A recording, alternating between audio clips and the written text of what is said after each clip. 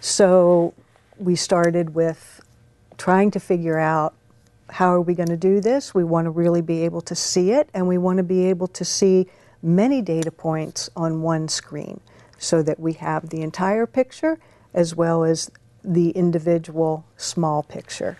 And that's how we started with that. So we grew from not really having any assessment other than, I don't want to have you think we weren't assessing our students at all. We were through the traditional methods, yeah. but we couldn't really demonstrate that. We could take you to a grade book. We could take you into a room and show you paper evidence. Now we have a way that we can do that much more holistically, from the very big picture down to the minute detail. So in a way, this curriculum instrument and tool was developed in order to satisfy the questions of accreditors. Mm-hmm. But what you found is, because of the visual nature of this, because people could picture it, it became much more real. These questions of the accreditors led to the tool, but then you are able to use it to improve education right there in the classroom. Yes. And you can start to have discussions with faculty. Tell me about these discussions with faculty. Were they surprised when they saw these pictures? I think they were surprised when they saw these pictures, and I think that it's led to a lot of discussion, the kinds of discussion that they were not having before. One of the academic program chairs described it as a dipstick, where you can just quickly look at the picture and you get an idea of, are we doing well? Do we need a tune-up, or do we need an engine overhaul? and so then the tool in itself does not fix the problem, but it certainly identifies it, and it makes it so that it shines a light so that all people are looking at the same problem in the same way. So let's back up. These accreditors, they're going around and asking all the health professional training institutions these same questions. Are they responding the same way as you, or what are they doing? How does what you're doing compare with other universities? I think we have something very unique, which is very exciting. And again, it's because of all of the data points that you can see at one time. The other thing that this does is it really lets us see authentic student material.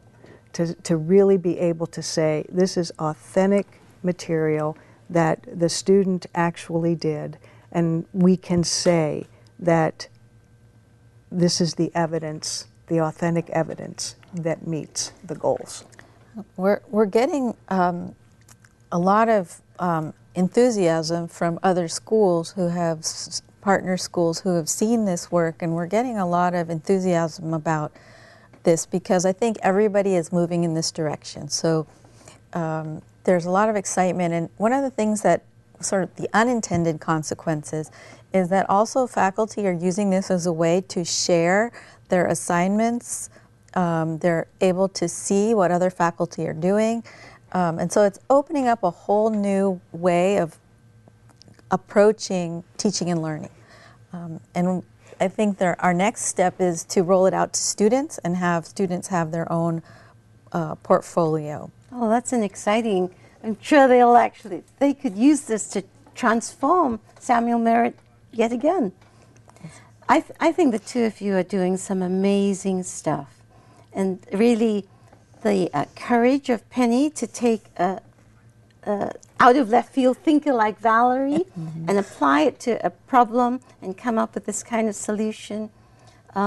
It's wonderful. Where do you see this going next? I mean, what's the future for this? And I could imagine it's beginning to transform health education as a whole. I think it can, because the beauty of it is you can place any information that you want. I mean, there's standardization that we all have to pay attention to, and accreditation standards that we have to meet. But it allows universities to express their own uniqueness. And I see a uniqueness in Samuel Merritt, which is I think there's a national requirement for patient centricity, for being patient-centered. Mm-hmm. But you are taking it further. You're really having your faculty be patient-centered, that the human is, looking at the human as a whole is very important to you. In the same way as you're looking at the curriculum as a whole, you're actually helping people to look beyond the complexity and actually see the core of what the meaning of the work. Mm-hmm. And I think using pictures to do it is just a wonderful thing. And colors. And I understand you're actually trying to do music. How is that? Tell me about that. Well, we have many multiple views of how you can look at the curriculum in this tool that we've developed. So one, but there are many. So I showed Penny this one that at the basically a spreadsheet, and she looked at it and she looked at it, and I had color coded, and she said, you know, that looks like music. And I said, okay, let's put this to music. And so we've now put together an animation with music, and the idea is that we will engage faculty, both their vision, hearing, and actually engage them in a game where they each get a color and stand up when their color is played. And the idea is to see if by really engaging all the senses gives people new insight into the data that they're looking at. So I understand you've got a little demo of that. Yeah. This is hot off the press. We have just finished it, so if it's you know, a little rough at the edges, I'm hoping you'll bear with us. Maybe, Penny, you can, while she's looking, Sure. Tell us, what's the overview? Well, the overview is the music, the sound, Yeah. just brings in another dimension to the process. Yeah. And we just think that being able to engage all of the senses and the timing of music will help people look at it. So explain to us what's going on here. So here you have a series, so this says compassion and ethics, and down here is the list of our institutional values, and across the top are the learning outcomes. And so we've mapped which learning outcome maps to which value, and so then when it's playing as a musical score. And so what you get a sense of is it's just giving you one more way to access the same information. So why are they ringing at the same time? So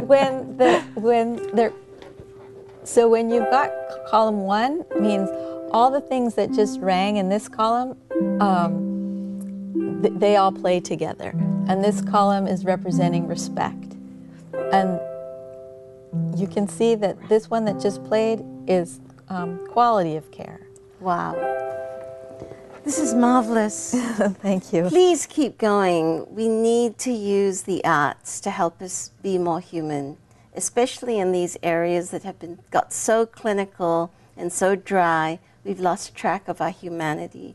So I just want to thank you for doing what you've been doing and keep up the work. And I hope that you'll really be able to make tremendous progress bringing us to health. Thank you. Thank you, Mei Lin. Thank you very much.